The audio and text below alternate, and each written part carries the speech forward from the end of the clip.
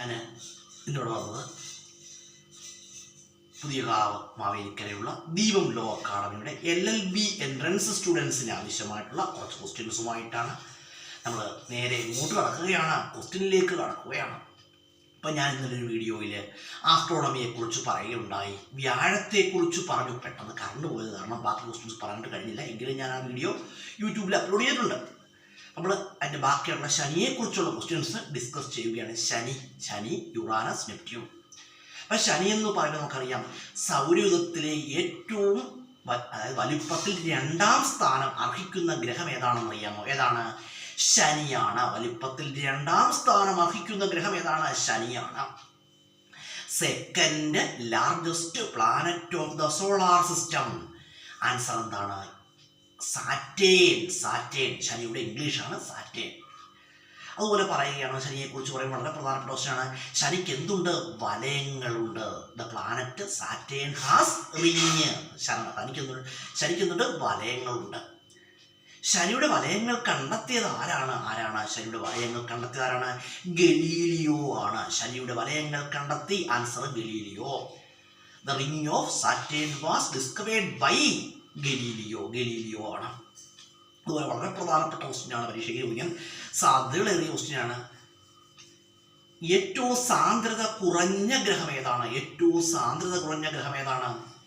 ശനിയാണ്. Least densest planet of the solar system. Answer Saturn.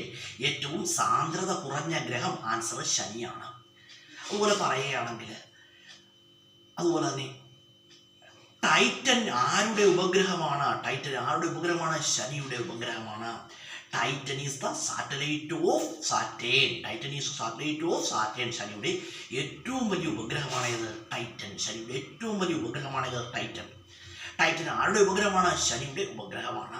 അതുപോലെ മരണനക്ഷത്രം എന്നറിയപ്പെടുന്ന മിമാസ് ആരുടെ ഉപഗ്രഹമാണ്? ശനിയുടെ ഉപഗ്രഹമാണ്. മരണനക്ഷത്രം എന്നറിയപ്പെടുന്ന മിമാസ് ആരുടെ ഉപഗ്രഹമാണ്? ശനിയുടെ ഉപഗ്രഹമാണ്. Mimas is known as death star. Mimas is a satellite of Saturn. Mimas ആരുടെ ഉപഗ്രഹമാണ്? ശനിയുടെ ഉപഗ്രഹമാണ്. അതുപോലെ തന്നെ നമ്മൾ ശനിയെക്കുറിച്ച് പറഞ്ഞു. ഇനി നമ്മൾ ആരെക്കുറിച്ച് പറയുകയാണെങ്കിൽ യുറാനസിനെ കുറിച്ച് പറയുകയാണ്. യുറാനസ് എന്ന് പറയുമ്പോൾ നമുക്കറിയാം വലിപ്പത്തിൽ 3ാം സ്ഥാനം അർഹിക്കുന്ന ഗ്രഹമാണ് യുറാനസ്. ഗ്രഹം ഏതാണ്? യുറാനസ് ആണ്. Third largest planet of the solar system. Answer Uranus. അതുപോലെ യുറാനസിനെ കുറിച്ച് പറയുകയാണെങ്കിൽ പച്ചഗ്രഹം എന്നറിയപ്പെടുന്നു. Green planet. Uranus is known as green planet എന്നറിയപ്പെടുന്നു. ഒഴുകുന്ന ഗ്രഹം എന്നറിയപ്പെടുന്നു കേട്ടോ. അതുപോലെ ലൈൻ പ്ലാനറ്റ് എന്നൊക്കെ അറിയപ്പെടുന്നതിനെയാണ് യുറാനസിനെയാണ്. അതുപോലെ യുറാനസ് മറ്റൊരു പേരിൽ അറിയപ്പെടുന്നുണ്ട്. യുറാനസ് അരുണൻ എന്നറിയപ്പെടുന്നു. Uranus is known as Arunan. വിഷവാതക സാന്നിധ്യമുള്ള ഗ്രഹം ഏതാണെന്ന് ചോദിച്ചാൽ ആൻസർ എന്താണ്? യുറാനസ് ആണ്. വിഷവാതക സാന്നിധ്യമുള്ള ഗ്രഹം. ആൻസർ യുറാനസ് ആണ്. അതുപോലെ തന്നെ നമ്മുടെ വ്യാഴവും ശനിയും ഒരു പേരറിയപ്പെടുന്നുണ്ട്. ഏതാ? വ്യാഴവും ശനിയും അറിയപ്പെടുന്നത് വാതക ഭീമന്മാർ എന്നറിയപ്പെടുന്ന ഗ്രഹങ്ങളാണ്. ഏതൊക്കെ? വ്യാഴവും ശനിയും. അതുപോലെ ഹിമഭീമന്മാർ എന്നറിയപ്പെടുന്ന ഗ്രഹം ഏതൊക്കെയാണ്? യുറാനസും നെപ്റ്റ്യൂണും. ഹിമഭീമന്മാർ എന്നറിയപ്പെടുന്നു യുറാനസും നെപ്റ്റ്യൂണും. അതുപോലെ പറയുകയാണെങ്കിൽ യുറാനസിനെ കുറിച്ച് അതുപോലെ അരുണൻ എന്നറിയപ്പെടുന്ന യുറാനസ് ആണ്.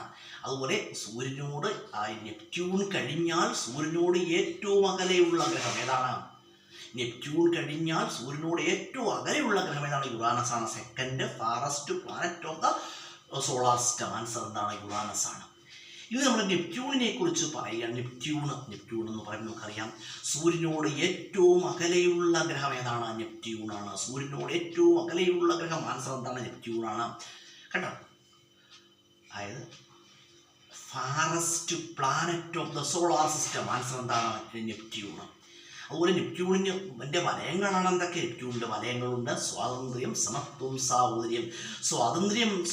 സാഹോദര്യം എന്നീ വലയങ്ങളുള്ള ഗ്രഹം ഏതാണ്? നെപ്റ്റ്യൂണാണ്. നെപ്റ്റ്യൂണിനെ കുറിച്ച് പറയുമ്പോൾ വളരെ പ്രധാനപ്പെട്ട ക്വസ്റ്റ്യനാണ്. തണുത്ത ഗ്രഹം എന്നറിയപ്പെടുന്നത് ആരാണ്? നെപ്റ്റ്യൂണാണ്. Neptune is known as coldest planet. തണുത്ത ഗ്രഹം എന്നറിയപ്പെടുന്ന ആരെയാണ്? നെപ്റ്റ്യൂണിനെയാണ്.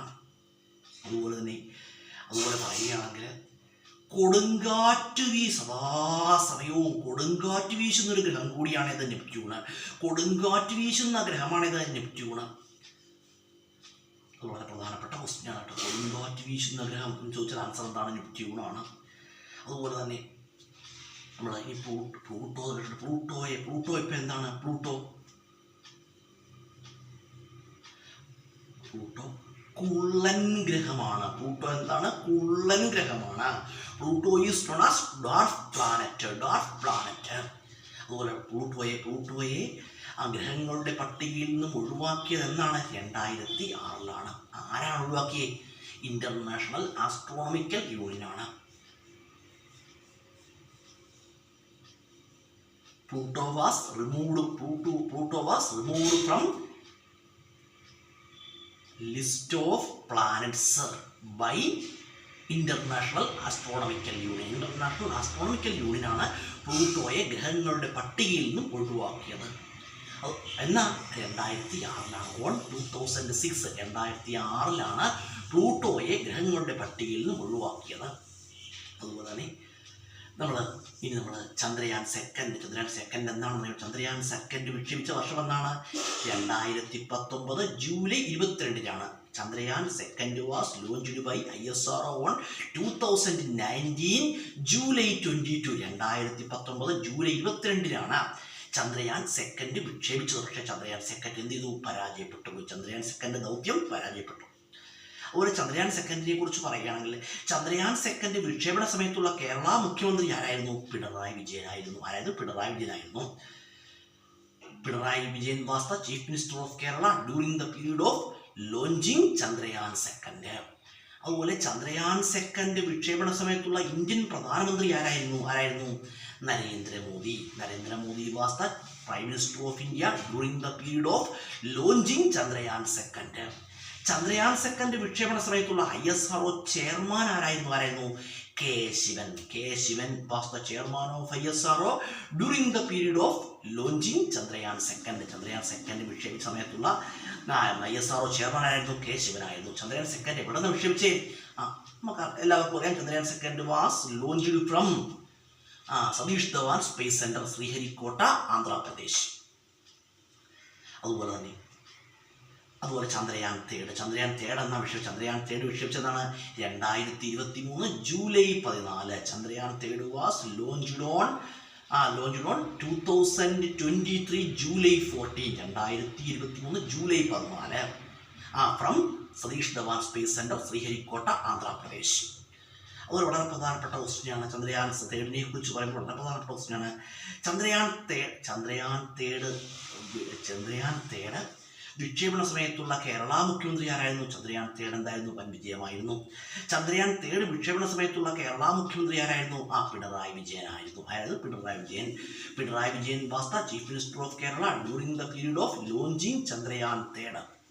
അതുപോലെ ചന്ദ്രയാൻ തേർഡ് വിക്ഷേപണ സമയത്തുള്ള ഇന്ത്യൻ പ്രധാനമന്ത്രി ആരായിരുന്നു? Narendra Modi was the chief prime minister of India during the period of launching Chandrayaan third. അതുപോലെ ചന്ദ്രയാൻ തേർഡ് വിക്ഷേപണ സമയത്തുള്ള ISRO ചെയർമാൻ ആരായിരുന്നു? S Somnath was the chairman of ISRO during the period of launching Chandrayaan third. S Somnath അദ്ദേഹം മലയാളിയാണ്.